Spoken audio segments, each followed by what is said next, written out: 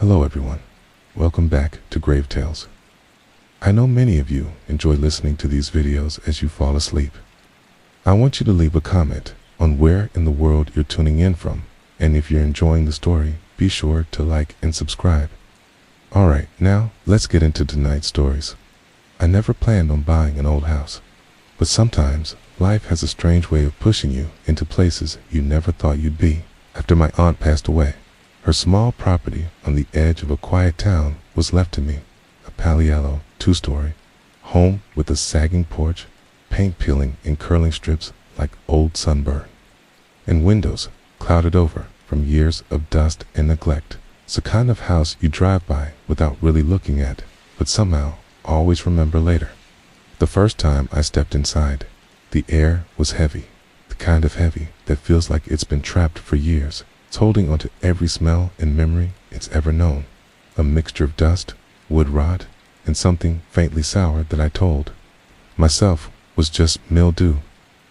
The floors groaned under my weight in a way that felt almost like a complaint, each step releasing a puff of stale air that reminded me how long it had been since anyone really lived here. The wallpaper in the front hall had yellowed into a strange pattern of sun-faded flowers, and some corners were peeling just enough to catch the light, curling like brittle leaves. I could tell right away the place needed serious work. New floors, probably new wiring, a fresh coat of paint, and maybe even a roof repair if a dark stain in the ceiling upstairs meant what I thought it did. But there was a quiet charm to it, the kind of beauty you have to squint to see, like an old photograph you find in the bottom of a drawer. The neighbors, at least the ones who still lived in the houses nearby, seemed curious the day I first pulled into the driveway, their curtains shifting slightly as I unloaded tools from the trunk of my car. But no one came over to introduce themselves, and there was something about the way their eyes lingered, just a second too long, that made me think they weren't just curious, they were watching. I told myself it was just small town nosiness, the kind that comes when someone new shows up in a place where everyone knows everyone else's business. But there was a flicker of something else there too, something I couldn't quite name at the time, a sort of unease, like they already knew something about me or the house that I didn't.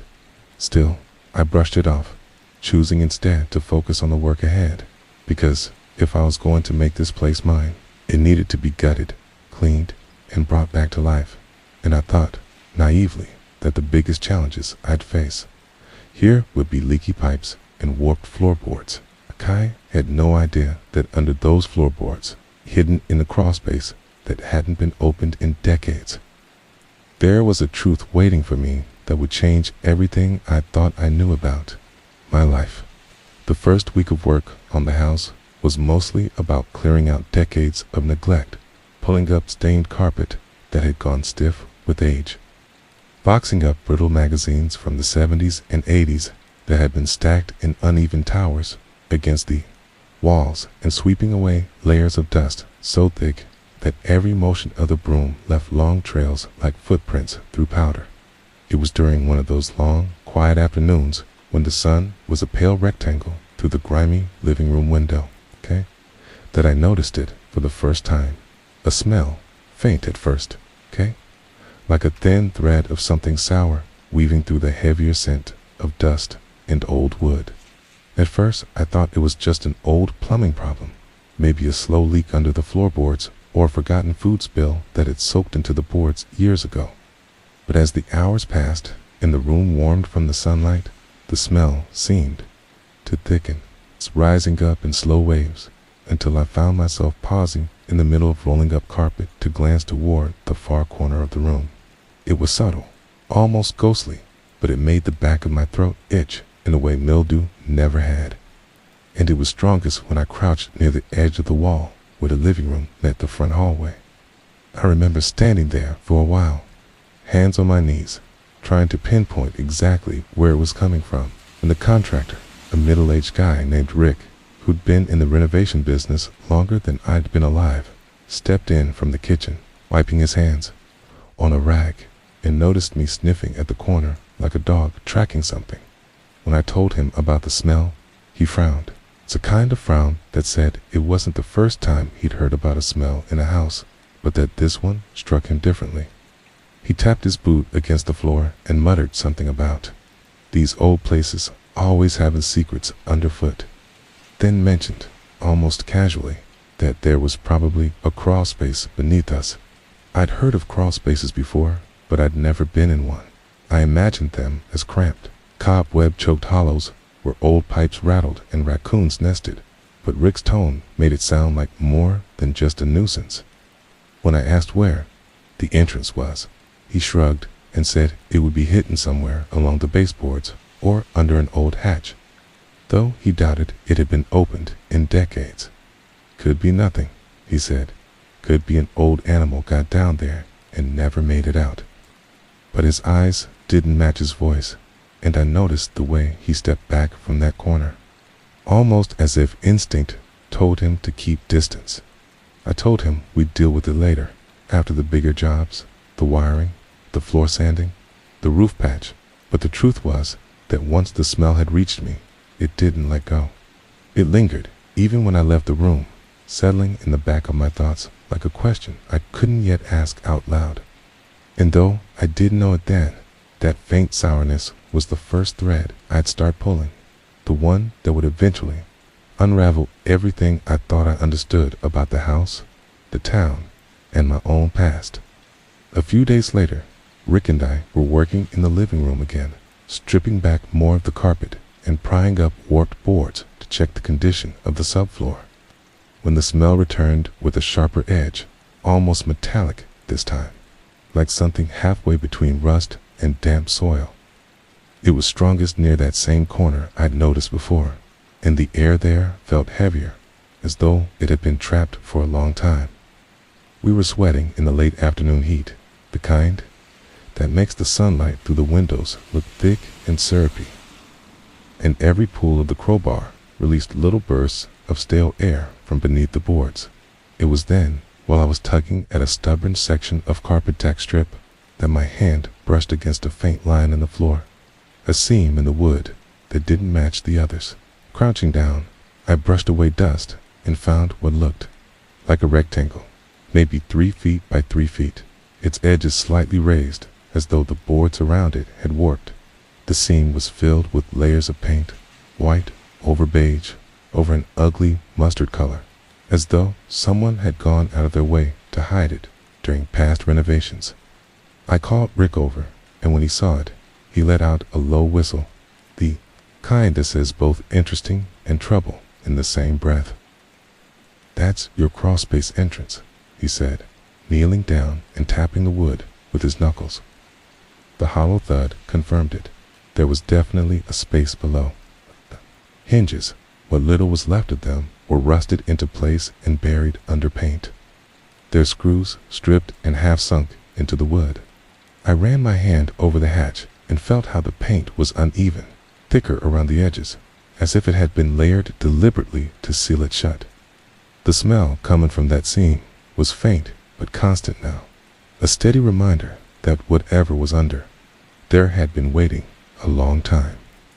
Rick straightened up and told me we'd need more than a screwdriver to open it, probably a pry bar and a lot of patience, but he suggested we wait until we had masks, gloves, and a flashlight on hand, because you never know what's under there in an old house, and his tone carried a weight I didn't miss. The rest of the day, I found myself glancing toward that corner over and over, like the hatch was aware I'd found it and was waiting for me to make the next move. The odd thing was, even though we hadn't opened it yet, I could swear the air in the room felt different now, cooler near the hatch, almost like the faintest breeze was pushing up from below, carrying that sour, metallic smell with it. I told myself it was just my imagination, that I was letting a little mystery get in my head. But when I caught Rick wiping his hands and looking at the hatch longer than necessary, I knew he felt it too. Still, we agreed to leave it for the moment, finishing the day's work in a silence that wasn't exactly comfortable.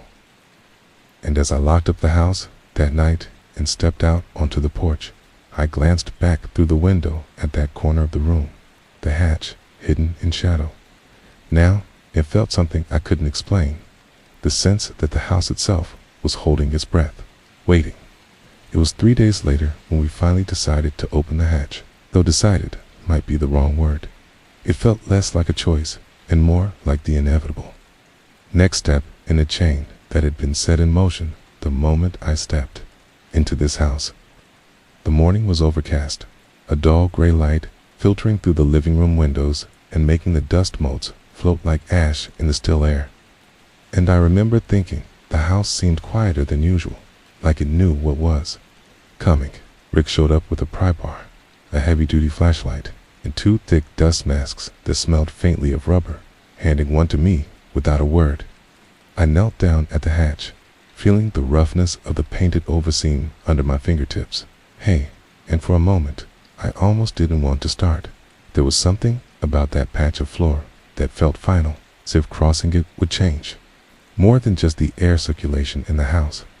But then Rick wedged the pry bar under the edge and leaned into it with a grunt, the wood groaning in protest before a loud crack echoed through the room. Flakes of paint broke loose and drifted down like brittle snow. And the smell that rose up from the widening gap was no longer faint. It was stronger now, fuller, a mix of damp soil, rust, and something sour that curled into the back of my throat and made me swallow hard. Dead animal, probably, Rick muttered, but his voice was thin, and when he glanced at me, I could see he didn't quite believe it. We worked the pry bar along the edges, loosening decades of stubborn paint and rust until the hatch finally lifted with a groan of metal hinges that sounded almost like a sigh. The opening revealed a square of darkness, the kind that swallows the flashlight beam before it has a chance to reach the far end. Rick crouched down, leaning over the edge and sweeping the beam across dirt and scattered debris, chunks of old insulation, glass jar without a lid, a coil of brittle wiring, but the crawl space stretched deeper than I expected. The ceiling, low, and the space narrow enough that you'd have to belly crawl to reach the far wall. The smell rolled out in waves now, not overpowering, but steady, and there was a strange coolness to the air down there, like the temperature had dropped a few degrees compared to the living room. Rick clipped the flashlight to the front of his shirt and slid down first, his boots crunching softly on the dirt below, and I followed, lowering myself carefully through the opening, feeling the grit of old wood and paint under my palms. Space was tighter than I thought, barely 3 feet from dirt floor to the underside of the house, and the flashlight beam carved a thin tunnel of light through the thick shadows. I kept my eyes low at first, focusing on not catching my head on the beams above, until Rick stopped abruptly a few feet ahead, the beam of his flashlight frozen on something in the far corner. "There's fabric," he said quietly, and I moved up beside him, my knees sinking slightly into the cool dirt as I peered into the gloom. It wasn't just fabric, it was a faded, covered sheet draped unevenly over something lumpy and beneath the edge of the sheet. I saw the pale curve of something that didn't look like stone or wood. Rick reached out, hesitated, then pinched the corner of the sheet and pulled it back slowly, sending a puff of dust into the air that made both of us cough inside our masks. What lay underneath was unmistakable, the long, fragile shape of a human skeleton, curled slightly on its side, as though it had once been in the act of turning over. The bones yellowed and fragile, but still intact, the skull tilted at an angle. That made it look almost as if it were watching us. And there, resting against a rib cage, was something small and rectangular. I reached out without thinking, brushing away a layer of dirt and revealing the glossy, faded surface of a Polaroid photograph. It was creased at the corners, the image faint but still visible, and when my eyes adjusted to the colors, my breath caught.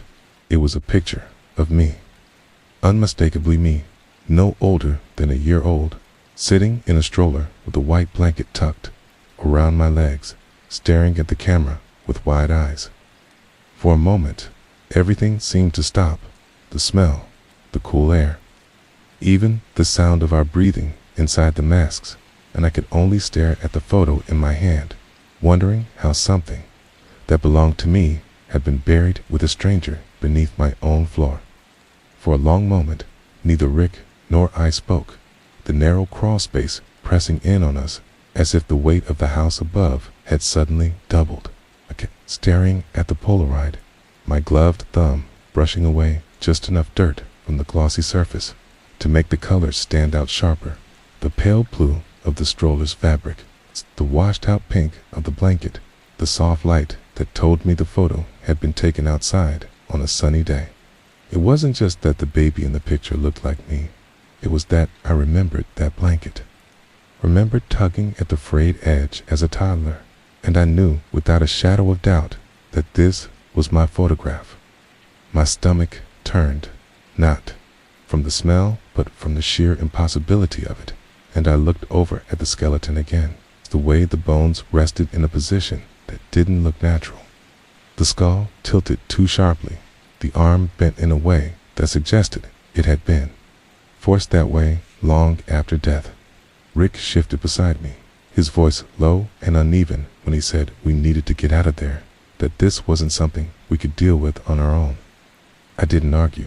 We backed out slowly, my knees dragging through the dirt, the Polaroid still clutched in my hand as though letting go of it might break the fragile link between me and whatever this was. Climbing back into the living room felt like surfacing from underwater, the air suddenly warmer but no more comforting. Rick didn't even bother to dust himself off before pulling out his phone and calling the police. His voice clipped and professional in a way I hadn't heard from him before. While we waited, I sat on the edge of the couch we'd pushed against the wall earlier that week, staring at the hatch now gaping open like a wound in the floor. And every so often, I'd glance down at the photo in my lap, half expecting it to fade or change in my hands. It didn't. It stayed exactly the same, a frozen moment from a time I didn't remember, paired now with something far darker. The sound of sirens carried faintly through the still air before growing louder. Tires crunching against the gravel drive, and then the knock on the door was firm, authoritative, followed immediately by the creak of it opening wider as two uniformed officers stepped inside without hesitation. Their eyes swept the room before landing on me and the open hatch, and after a quick exchange with Rick.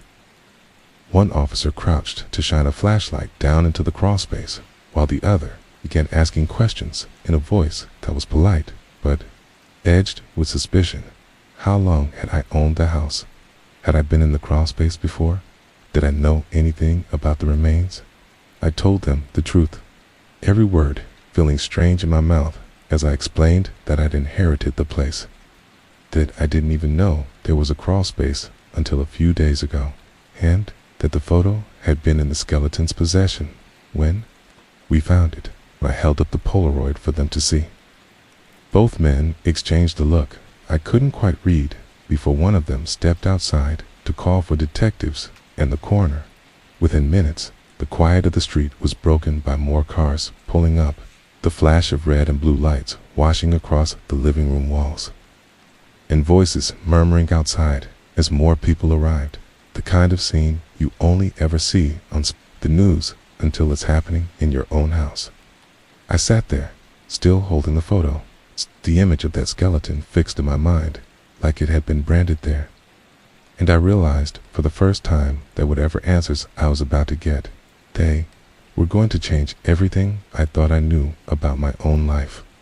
The living room had never felt so small, crammed now with people in uniforms and plain clothes, moving with a kind of careful efficiency that made me feel like a bystander in my own house. Two crime scene techs laid out plastic sheeting just inside the front door, unspooling it in smooth, deliberate motions so that no dirt or trace evidence from outside could mix with whatever they were about to pull from beneath my floor. The coroner arrived quietly, a tall man with pale hair and a clipboard tucked under one arm, his presence immediately changing the tone of the room. Conversations dropped to murmurs, and a few officers stepped aside to let him get a clear view of the open hatch. Stood off to the side, near the window. The Polaroid still in my hand, but now wrapped in a clear evidence sleeve one of the detectives had given me. The thin plastic making a faint crackle every time I shifted my grip. The detective himself was a middle-aged man named Rourke, broad-shouldered with a voice that never rose above a calm, level tone. And he asked me the same questions I'd already answered twice, though this time his eyes never left mine, searching for something I couldn't name, and he was satisfied, or at least done for now. He nodded for me to sit tight and moved to join the others at the hatch. I watched as they lowered a narrow aluminum ladder into the crawl space, the metal clinking softly against the wood before disappearing into shadow. One of the techs descended first, carrying a portable light that instantly washed the cramped space below in a harsh white glare, revealing details I hadn't seen before. The way the dirt sloped gently toward the far corner where the skeleton lay, the bits of broken glass and splintered wood scattered like forgotten debris from another lifetime. They worked in pairs, one photographing from multiple angles while the other took measurements, small yellow evidence markers appearing in neat rows along the dirt. The coroner crouched by the hatch, speaking quietly with the tech below before lowering himself down with surprising agility, and I watched his gloved hands hover just above the bones, never quite touching, as if the air itself could tell him what had happened here. From where I stood, I could see the sheet we'd pulled back, now folded neatly to one side, its faded floral pattern somehow making the scene even more unsettling. It's like it had once belonged to someone's grandmother before becoming part of this hidden grave. Every so often, I caught snippets of conversation drifting up perimortem fracture, its possible ligature marks. Its time frame looks decades old, words that made my skin crawl because they were being spoken about a body that had been directly beneath my feet for who knew how long. Rourke returned to me after a while, holding a small notebook and a pen, and asked about my childhood, about whether I had ever visited this house before inheriting it, whether my parents or any relatives had ever lived here. I told him the truth, as far as I knew. The house had belonged to a distant uncle I had only met twice. My visits had been brief, polite affairs with no memory of the crawl space or anything unusual. But as I said it, I could feel the weight of the Polaroid in my lap like a lead stone, because it was undeniable proof that my life had somehow brushed against this place long before I thought it had. Outside, the muffled sound of radios crackled, more vehicles arriving, neighbors gathering just far enough down the street to crane their necks without crossing the yellow tape now strung between two trees in the front yard. The techs worked for over an hour, carefully lifting each bone and placing it into a long, dark bag that seemed to final, to absolute, for something that had been hidden so long. When the coroner finally emerged from the crawl space, he carried a separate evidence bag containing only the personal items found with the body, a rusted keyring, a flattened tin of mint, and, disturbingly, a second Polaroid whose image I couldn't see from where I stood. He handed it directly to Rourke, whose expression didn't change, though I noticed the way his thumb covered the corner of the photo as he slipped it into his folder. The hatch was closed again, sealed temporarily with tape and an evidence tag, and the sudden absence of that dark opening made me feel both relieved and uneasy, like we'd hidden something dangerous rather than removed it. When they finally began to clear out, the house was left in a strange, almost sacred quiet, the air still faintly carrying that smell from below. And I sat there on the couch with the plastic-wrapped Polaroid in my lap, staring at it until the lines of the image seemed to blur, wondering if I had just watched the first thread of my own past being pulled loose. When the last of the police cars rolled away and the red-blue flashes faded from the living room walls, silence that settled over the house didn't feel like normal quiet. It was heavy, like the air itself was listening. Rick had offered, to stay the night, even said he could sleep on the couch just to make sure I wasn't here alone. But I told him I'd be fine, partly because I didn't want him to see how shaken I really was, and partly because I thought I needed to prove to myself that I could handle it. Now, with the front door locked and bolted, I wasn't so sure. The crawlspace hatch was still sealed with evidence tape, but I kept glancing toward it as I moved around the house, turning on every light in every room until the place looked like it was trying too hard not to be dark. I tried making coffee just for something to do with my hands, but the sound of the old percolator bubbling on the counter seemed too loud, going off the kitchen tiles in a way that made me pause and listen between each gurgle, certain I'd heard something faint, a shifting sound like a soft drag of fabric or a shoe on wood coming from somewhere deeper in the house. I told myself it was just the old beams settling after all the movement earlier, but the explanation didn't sit right, not when my nerves were stretched so thin they felt like wire. I took my coffee to the couch and sat facing the crawlspace, hatched my phone on the cushion beside me, the Polaroid in its plastic sleeve on the coffee table where I could see it without touching it. Outside, the wind had picked up, brushing against the side of the house in slow, hollow gusts that made the siding creak. Every once in a while, a branch would tap against the window, a light, almost polite knock, and every time it did, I found myself holding my breath until it passed. Hours seemed to blur together like that, my eyes darting from shadow to shadow until I wasn't sure if I'd actually seen movement in the hallway or if my brain was just filling in blanks. At one point, close to midnight, I thought I heard something under the floor, not loud, just the faintest scrape, like fingers against dirt, and it made my whole body tense before I reminded myself that there was nothing down there now, that the body was gone, that it was impossible for anyone or anything to be moving beneath me. Still, I found myself leaning forward, listening so hard my ears rang, and when the sound didn't repeat, I realized I'd been gripping the couch cushion so tightly that my hand ached. I tried watching TV, hoping for background noise, but every channel felt too loud and artificial. The canned laughter or dramatic music jarring against the stillness of the house. So I turned it off again and sat in the glow of the table lamp, staring at that Polaroid, at the baby version of me sitting in a stroller, squinting into the sun like I'd been caught mid-blink, and thought about how whoever had taken that picture had once been close enough to reach out and touch me. The idea that the same hands might have left it clutched in the fingers of that skeleton made my stomach twist. At around 2 in the morning, I finally stretched out on the couch, still in my clothes, too wired to even think about going to bed upstairs. I must have dozed for a while because I woke with a start to the sound of something soft falling over in the kitchen. Not a crash, it's a small, deliberate sound, like a cup being set down on the counter a little too firmly, and the air felt colder somehow, the kind of deep, settled cold that seeps up from the ground. I stayed perfectly still, my heart hammering, straining to hear anything else, but the house was silent again.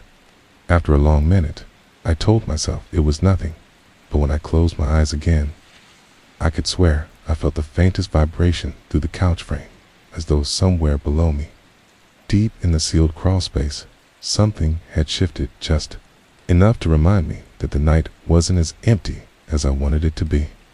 Morning came, not with sunlight, but with a pale, gray gloom that made the house feel like it was floating somewhere far away from the rest of the world.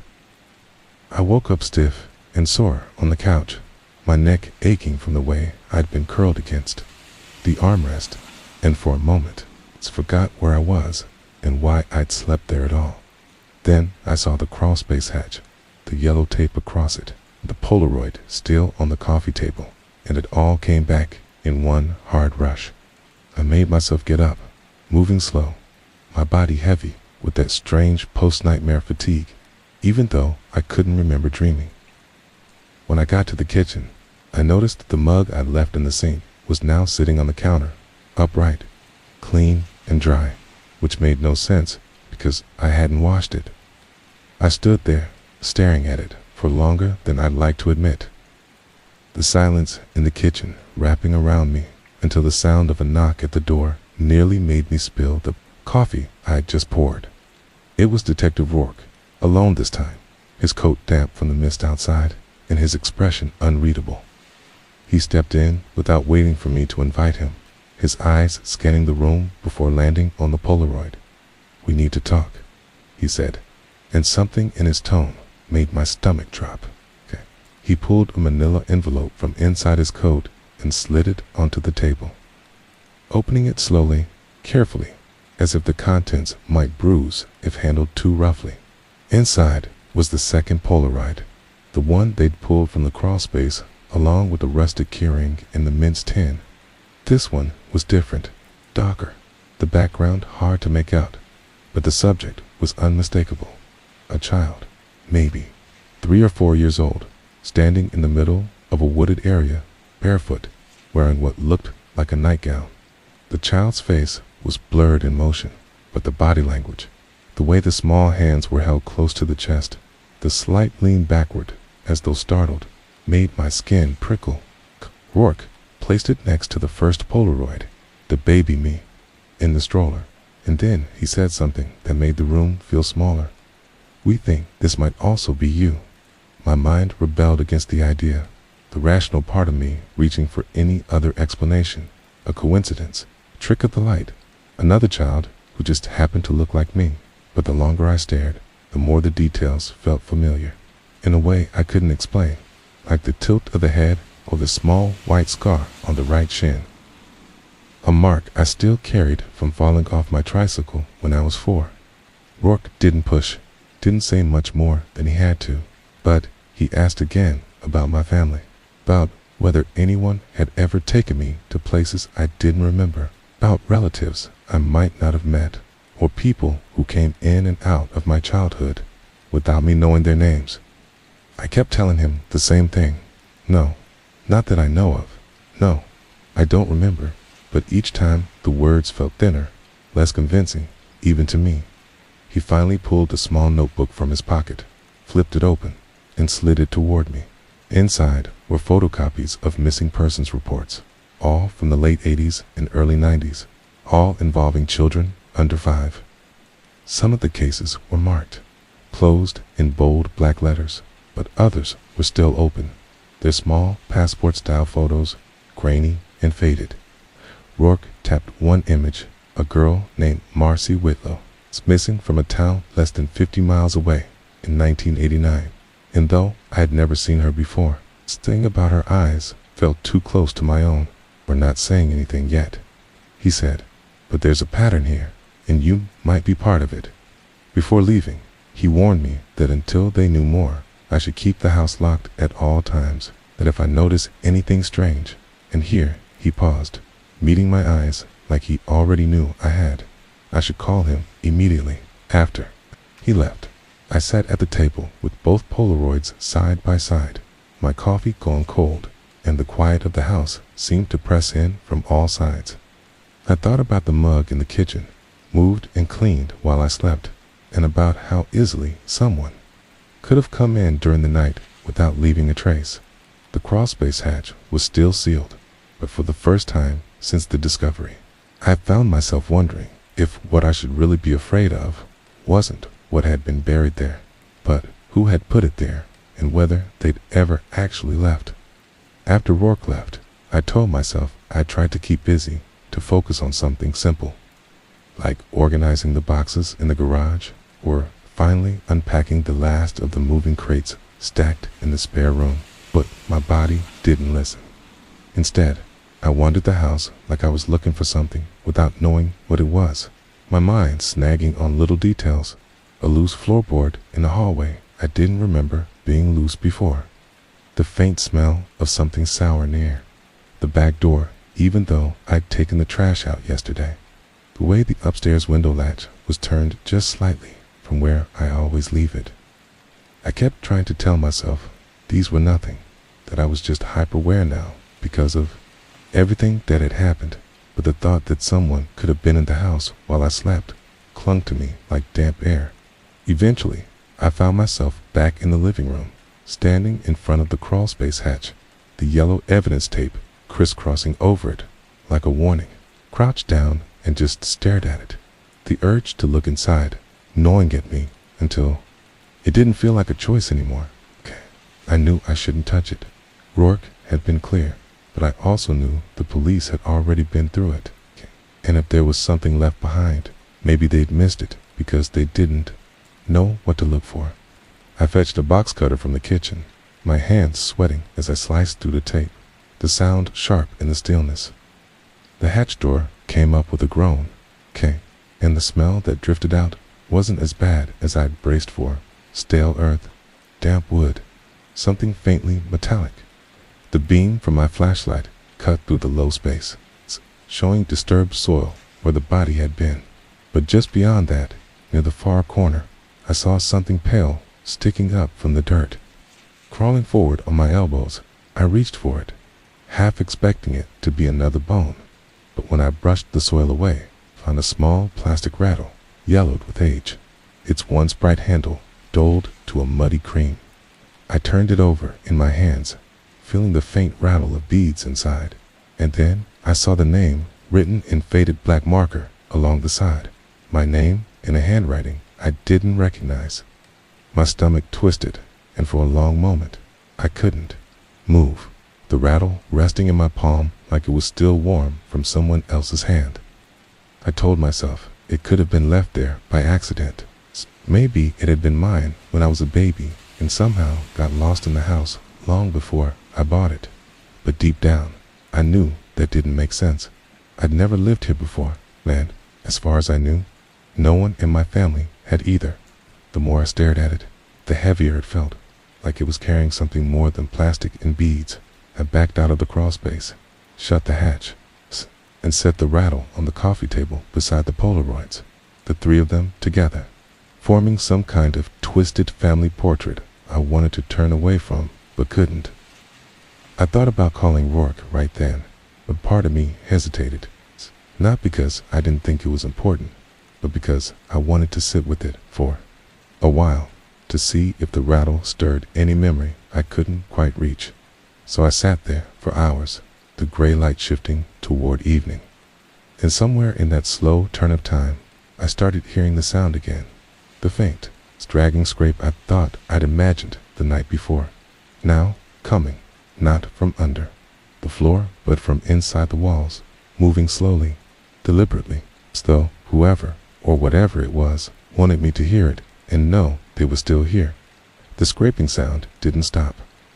It grew louder over the next few days, subtle but persistent, like a slow breath against the back of my neck. And every time I thought I'd convinced myself it was nothing, it returned with a quiet insistence that left my skin crawling. Came mostly at night, a dragging, whispering noise that seemed to move from one wall to another, as if something was shifting just beyond the plaster, trying to find a way out. I started keeping a notebook by my bed, jotting down when it happened, sometimes just after midnight, sometimes closer to dawn, and wondering if sleep deprivation was warping my senses. But even when I was awake and alert, the sound was there, teasing me like a secret waiting to be uncovered. During the day, I began examining the walls more closely, running my hands along the wallpaper and drywall, tapping and listening for hollow spots or any sign of a hidden space. That's when I noticed the faintest unevenness along the wall behind, the old bookcase in the living room, a section that looked slightly bulged. The wallpaper bubbled like a blister ready to pop. Moving the heavy shelves was no easy task, the wood thick and heavy with years of dust. But I managed to pull it away from the wall, revealing a patch of drywall that was newer than the rest, the paint fresher and the edges rough like it had been cut open and hastily patched. My heart pounded as I ran my fingers along the seams and found a tiny gap where the plaster had cracked, enough to slip a finger inside. Pulling a screwdriver from the toolbox, I worked at the edges carefully, prying the patch loose until it fell away in a dusty crumble, revealing a narrow cavity just big enough for a child to squeeze into. Inside the hollow was darkness, thick and absolute, but as my flashlight beam penetrated it, I saw something else, a rolled-up bundle wrapped in faded cloth, tied with a thin piece of twine that looked brittle with age. I hesitated, my hands trembling as I reached in and pulled it out, the cloth smelling faintly of mildew and something coppery that made my stomach twist.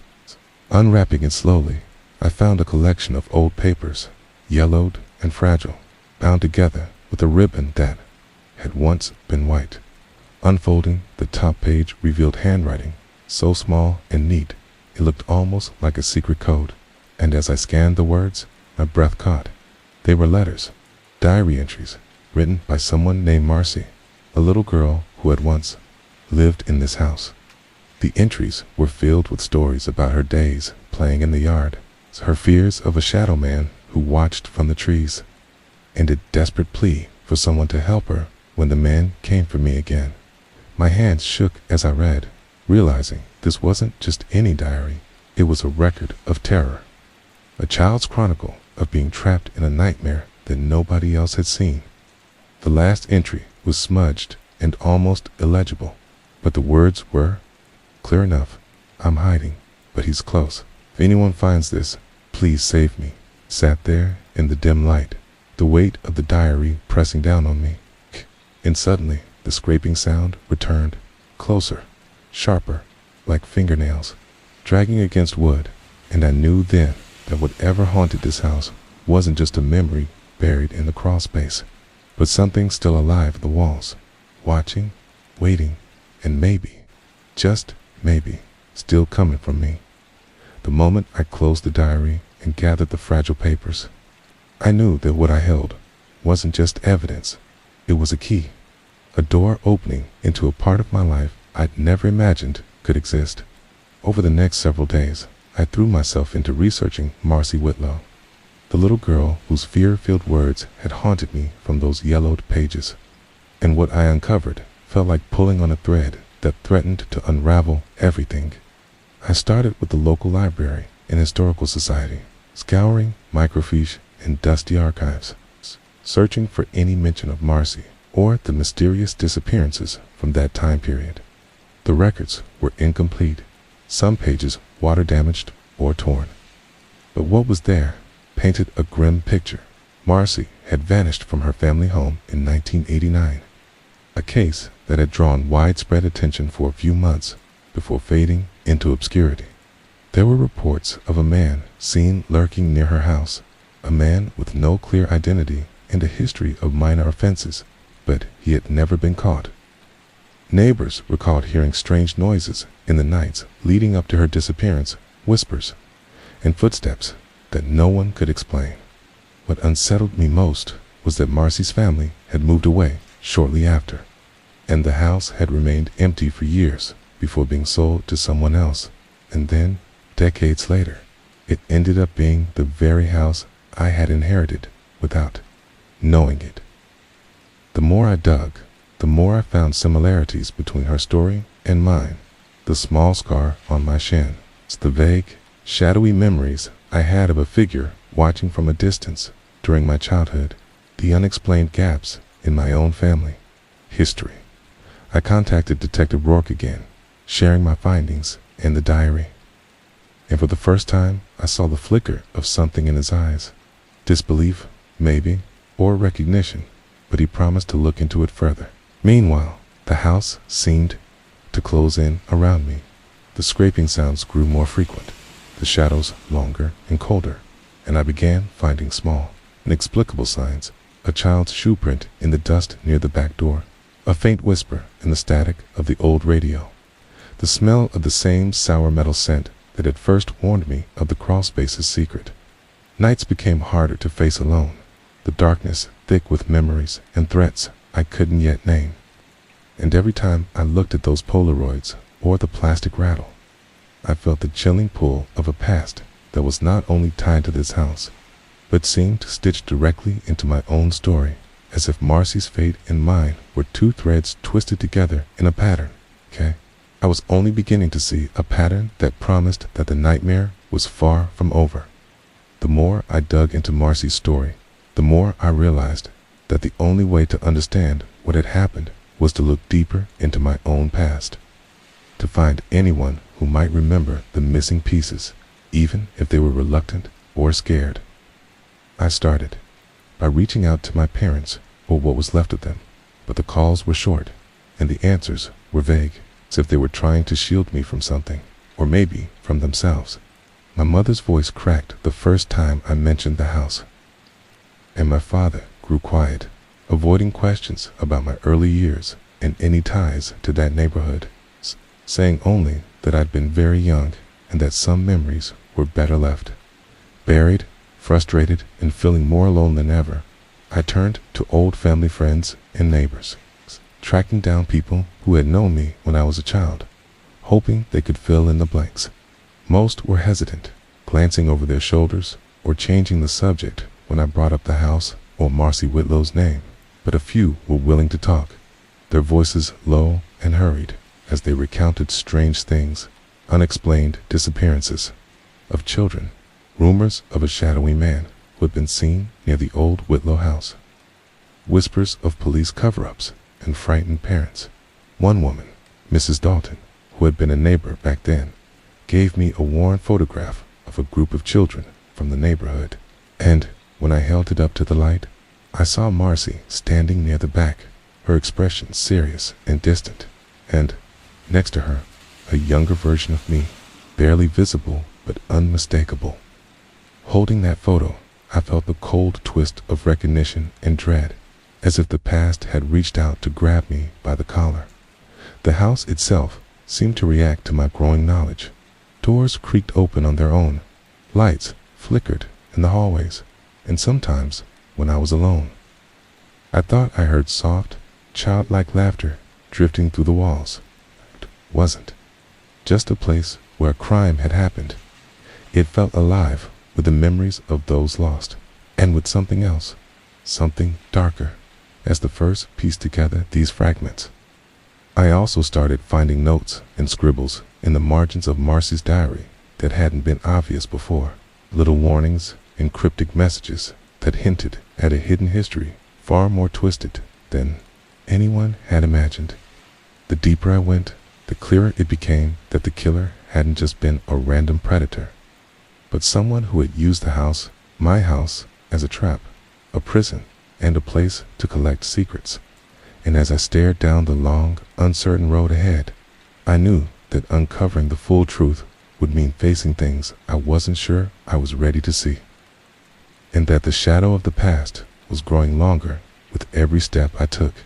It wasn't long before I got a call from a number I didn't recognize, the voice on the other end low and hesitant, warning me to be careful and saying that there were things about the house and about Marcy that people wanted to keep buried. The caller refused to give their name, but promised they could help me understand what I was dealing with. A person who knew the neighborhood, too, had lived through the fear and silence of those years, and who was ready to talk only if I was willing to meet somewhere neutral, somewhere out of sight. The night of the meeting, I drove to a small diner on the edge of town, the rain falling steady and cold, turning the road slick and the air heavy with the smell of wet earth and gasoline. The place was nearly empty, just a few regulars nursing, coffee under flickering neon signs, and I spotted a figure sitting alone in a booth near the back, their face obscured by the low light and the hood pulled tight over their head. As I approached, my heart pounded so hard I was sure they could hear it, and when I slid into the seat across from them, the person's eyes finally met mine, sharp, tired, carrying a mixture of fear and determination that made me realize they had been waiting a long time for someone like me. The conversation started slow, cautious, with the stranger dropping hints about a man who had lived nearby, a man who had been part of the neighborhood but had vanished around the same time. Marcy disappeared, a man who was suspected but never charged, whose name still haunted whispers and old police reports. They told me about a network of silence, about families too scared to speak, and about evidence that had been lost or destroyed. But the most chilling part was when they looked me straight in the eye and said that they believed the man had kept tokens from his victims, things like photos, toys, and personal items hidden in the house, okay? And that whoever had taken those Polaroids wasn't just documenting, but claiming ownership. The stranger warned that I wasn't safe yet, that the past wasn't done with me, and that if I wanted answers, I had to be prepared for the shadows to come closer, to reach out and pull me into a darkness deeper than I could imagine. When the meeting ended, I walked back to my car with my head spinning, clutching a folded piece of paper the stranger had slipped into my hand, an address and a date. Vague, but ominous, a clue pointing towards someone who might still be alive and connected to the nightmare. Driving home through the rain, the streets empty and the sky heavy with clouds, I realized that everything I thought I knew about my life was unraveling, now that I was standing on the edge of a story that was far bigger and far more dangerous than I ever wanted to be part of. The days leading up to the meeting at the mysterious address were a blur of restless nights and jittery mornings, each one filled with an uneasy anticipation that settled deep in my chest like a cold stone. I found myself constantly looking over my shoulder, jumping at every unexpected sound, the rustle of leaves outside the window, the distant bark of a dog, then the soft hum of the refrigerator, as though the very house was whispering warnings I couldn't quite understand. I became obsessed with preparing, researching every detail I could find about the location. It turned out to be an old farmhouse on the outskirts of town. It's isolated and long abandoned according to property records, but still marked on some old maps. I stocked my phone with emergency numbers, packed a small bag with a flashlight, a camera, and a few personal items I thought might help me if things went wrong. And I even practiced what I might say if I ran into whoever had left that note, though every scenario seemed more terrifying than the last. Friends and family noticed the change in me, the jumpiness, the sleeplessness, the way I avoided talking about the house or the diary, but I brushed off their concern, not ready to share the full weight of the story, not ready to let anyone else carry the fear I was holding like a fragile thread. As the day of the meeting approached, the weather turned gray and damp, the kind of cold drizzle that seemed to seep into your bones and make everything feel heavier in the world outside. My windows lost its color, fading into a palette of blues and grays. I tried to keep busy, but every moment of distraction only made the silence louder, the waiting unbearable. At night, I kept the lights on all over the house, refusing to let a single room fall to shadow. And yet, even in the brightest spaces, I felt watched, a presence lurking just out of sight. Patient and unmoving, waiting for the right moment to step into the light. I started locking every door and window, checking them multiple times before going to bed. And still, when the house grew quiet and the world outside darkened, I could swear I heard footsteps on the porch, a soft tapping at the window, or the distant creak of old wood bending in the night. Each sound was a reminder that the past wasn't just something I could uncover in photos and diaries. It was alive, reaching out to me through the thin walls of my home and the fragile veil of my reality. And when morning finally came, gray and heavy as the nights before, I felt a cold determination settle over me, like I was standing on the edge of something I couldn't turn away from, a truth that was waiting just beyond that old farmhouse door, ready to change everything I thought I knew about who I was, where I came from, and what I was truly running from. The drive to the farmhouse was longer than I expected, winding through country roads that seemed to stretch on forever, flanked by dense woods that closed in so tightly they blotted out the sky, making the day feel darker and heavier with every mile. The car's headlights cut through the mist like blades, illuminating twisted tree branches and piles of decaying leaves, while the faint smell of damp earth and rot filled the air every time I cracked the window for a breath.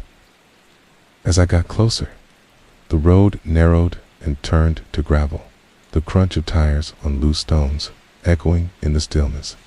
And my hands gripped the steering wheel tighter, knuckles white with tension. The farmhouse appeared suddenly, a crumbling silhouette against the gray sky, its weathered boards stained dark by decades of rain and neglect, windows shattered or boarded up, and the sagging porch sagging even more under the weight of time and secrets. Stepping out of the car, I felt the cold air bite through my jacket, and every sound seemed amplified. The creak of the old wooden steps underfoot, the rustle of dead leaves stirred by the wind, the distant call of a crow that echoed like a warning. I took my flashlight and camera from the bag, my breath coming in shallow gasps as I crossed the threshold and pushed open the front door, which groaned in protest, the sound ringing through the empty rooms like a scream trapped in the walls. Inside, the air was thick with dust and decay, and the floorboards moaned beneath my weight as I moved cautiously through the darkened rooms. The beam of the flashlight sweeping over peeling wallpaper, broken furniture, and piles of debris that told stories of hurried departures and forgotten lives. Every corner held shadows that seemed to shift just beyond the light, and every step brought an echo that felt like footsteps following close behind. As I explored, I found marks on the walls, scratches, small handprints in dirt, and strange symbols that I didn't recognize but that made my skin crawl. Near the back of the house, I discovered a trapdoor in the floor. It's hidden beneath a tattered rug, its edges worn and splintered, as though it had been opened recently. My heart pounded as I knelt and pulled it up, revealing a narrow staircase leading down into a darkness so deep it swallowed the beam of my flashlight. The air that rose from the opening was cold and damp, carrying the unmistakable scent of earth and something metallic that twisted my stomach. I knew then that whatever had been hidden here, whatever secrets the killer had left behind, were still buried beneath this house, waiting for someone brave enough to face them. I hesitated for a moment, the weight of every warning, every scraped wall, every whispered fear pressing down on me like a physical force. But then, with a slow breath, I started down the stairs, the beam of my flashlight cutting through the darkness ahead, and the sound of my footsteps falling heavy and final behind me. As I reached the bottom, the air grew colder still, and I realized that I had crossed a threshold, not just in space, but in time, stepping into a place where the past and present collided in a way that would change my life forever. The cold swallowed me as I stepped off the last creaking stair and into the cramped, suffocating darkness below the farmhouse. The beam of my flashlight trembling slightly in my hand as it swept over damp stone walls, slick with moss and mildew. The air was thick and stale, heavy with the smell of earth and rust and something far fouler that I couldn't name but felt deep in my bones, a metallic temps that reminded me of blood. Every breath I took was shallow and sharp, the silence pressing in so tight that even the faintest sound seemed to explode in the stillness. From the scrape of my boots on cracked concrete to the distant drip of water somewhere unseen. As my eyes adjusted, I made out the outline of objects half buried in shadows, old wooden crates stacked haphazardly, rusted tools hanging from bent nails, and piles of what looked like broken furniture and shattered glass that crunched underfoot. I moved slowly, heart pounding, each step a cautious negotiation with the unknown, till I spotted something that made me stop cold. A wall lined with dozens of Polaroid photographs pinned haphazardly to the rough stone, edges curling and tabbed. Faded images so chilling they stole the breath from my lungs. There were pictures of children, some smiling, others with faces frozen in fear or pain, and among them, unmistakably, is the same baby from the Polaroid I had found clutched by the skeleton and the blurred child from the second photo, me, or someone who looked like me, caught in moments that felt both intimate and sinister.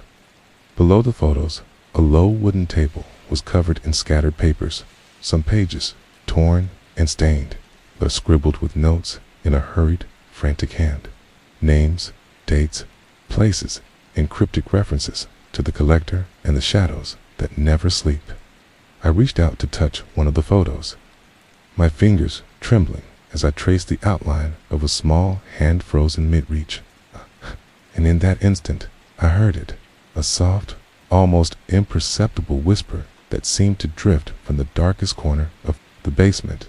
A voice so faint, I wasn't sure if it was real or just the echo of my own terror. I turned toward the sound, shining my flashlight into the black.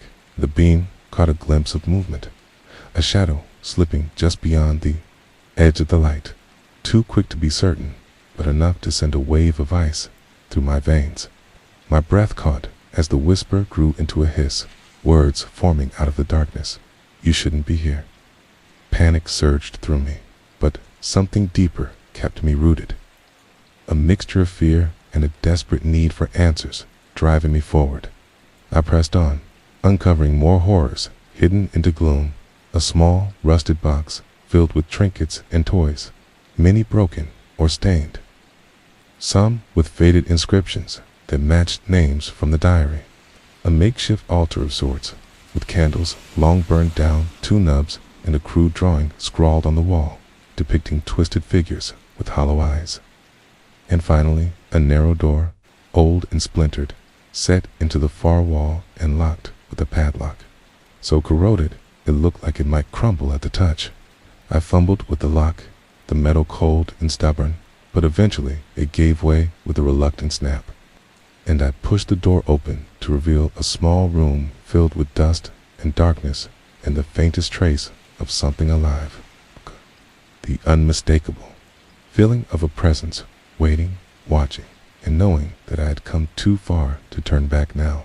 Standing there, surrounded by the weight of years and secrets and fear, I realized that the nightmare buried beneath this farmhouse was far from over, and that whatever had claimed those children, including Marcy and maybe even me, was still here, waiting for the next chapter in its terrible story to begin.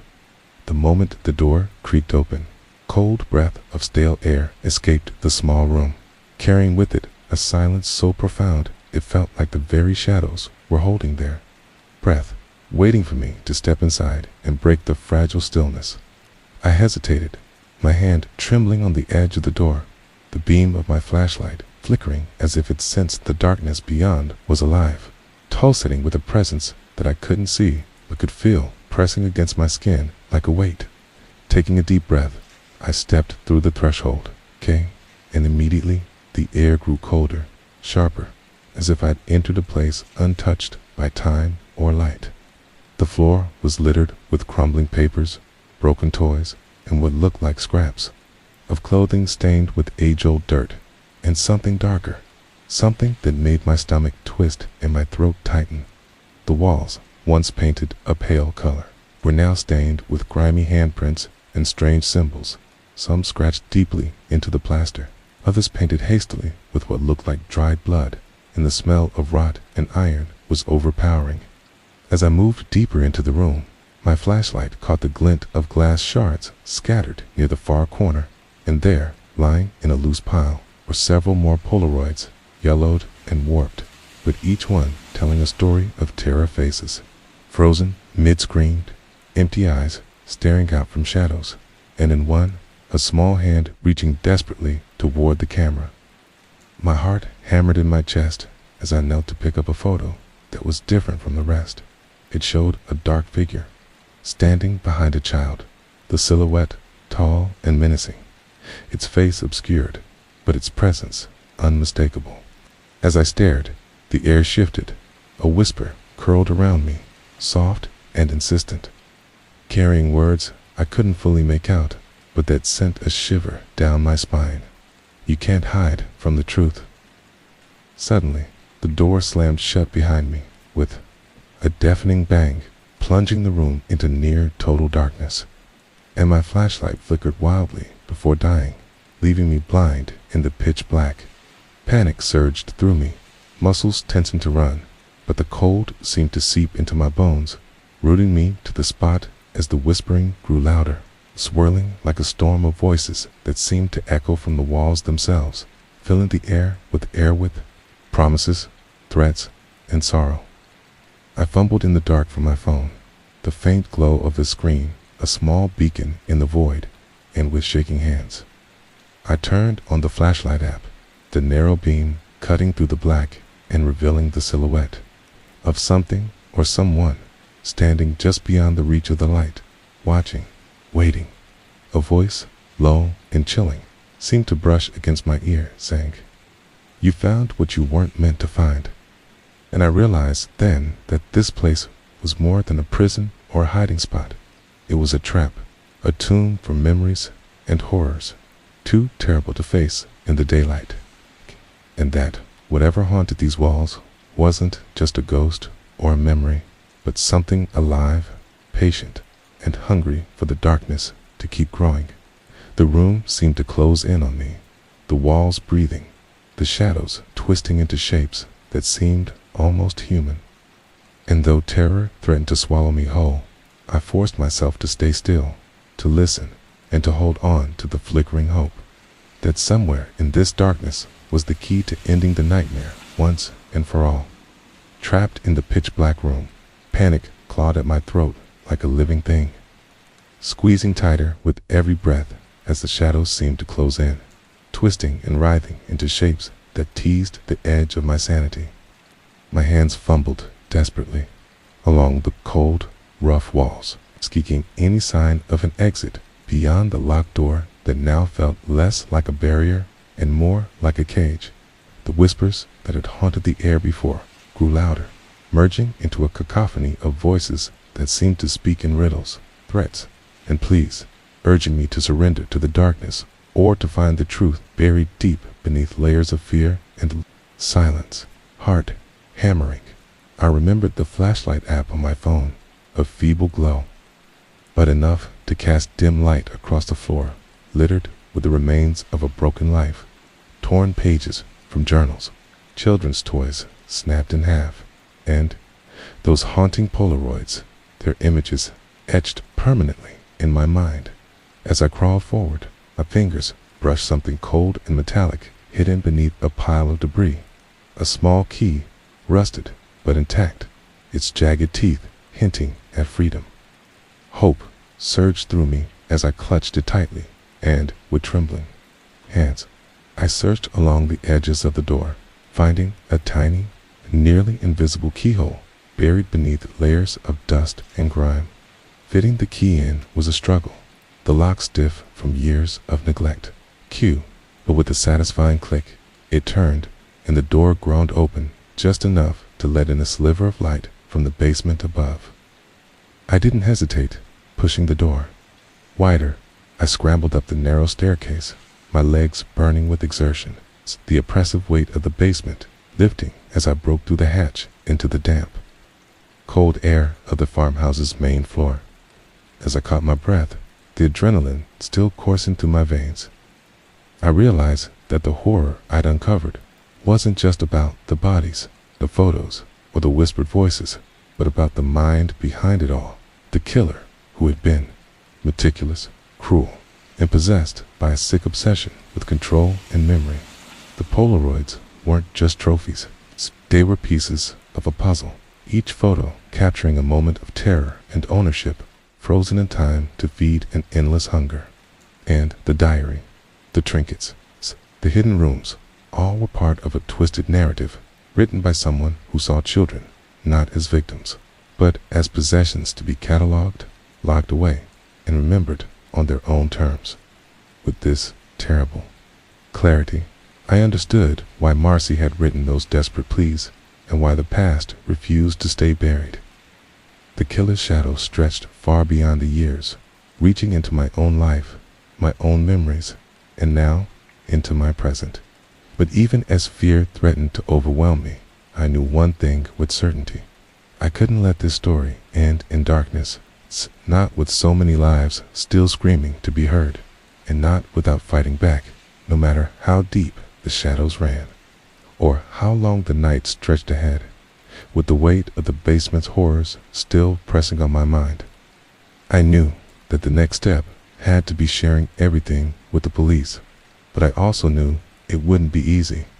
When I first met with Detective Rourke again, the look in his eyes was a mixture of skepticism and exhaustion, like he'd been down this road before and wasn't sure if this time would be any different.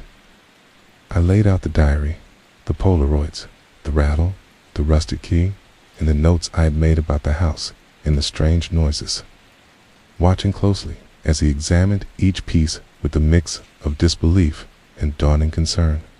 At first, the case felt cold and distant to him, a long-closed file reopened by what seemed like the desperate ramblings of someone haunted by old ghosts.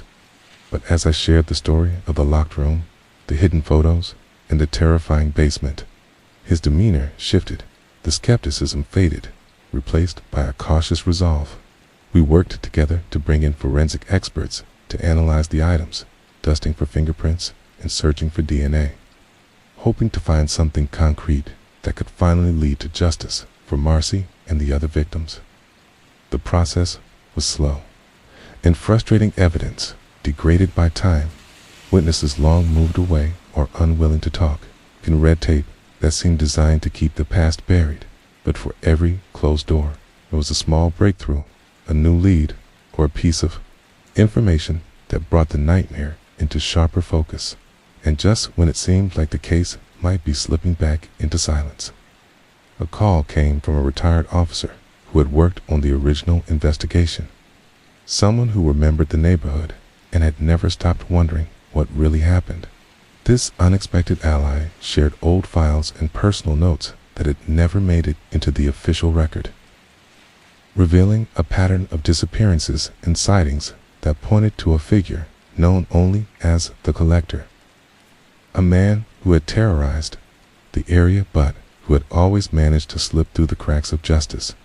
With this new information, the investigation reignited, and I felt a spark of hope for the first time in months.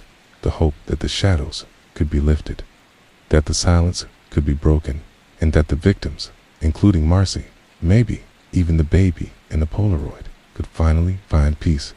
But as the case gained attention again, so did the risks, and I began to notice subtle warnings. An unfamiliar car parked too long near my house, strange calls with no one on the line, and the feeling that the darkness was watching me just as closely as I had watched it. I realized that uncovering the truth wasn't just about justice, it was about survival, in the fight to keep the past from swallowing me whole. After months of digging deeper into the shadows that had haunted that farmhouse and my own past, everything finally began to come together in a way I could barely believe. With the renewed police investigation, the testimony from long-forgotten witnesses, and the forensic breakthroughs on the aged evidence, a clearer picture emerged of the man known only as the Collector, a predator so methodical and cruel that he had used the house not just as a place to hide his crimes, but as a twisted shrine to his own madness. The evidence pointed to a man who had lived in the neighborhood for years, someone who was once trusted and familiar, a neighbor, a friend, a figure who had expertly concealed his darkness beneath a mask of normalcy. What broke the case wide open was the discovery of a hidden compartment beneath the farmhouse, floorboards, a cramped space filled with more photographs, toys, and chilling mementos from his victims, along with a journal that detailed his warped thoughts and obsessions, including plans to capture and control, to freeze moments of terror forever in time. The police finally made an arrest. A man who had somehow avoided suspicion for decades, but whose hands were stained with the lives he had destroyed. Standing outside the courthouse, I felt a heavy mixture of relief and sorrow.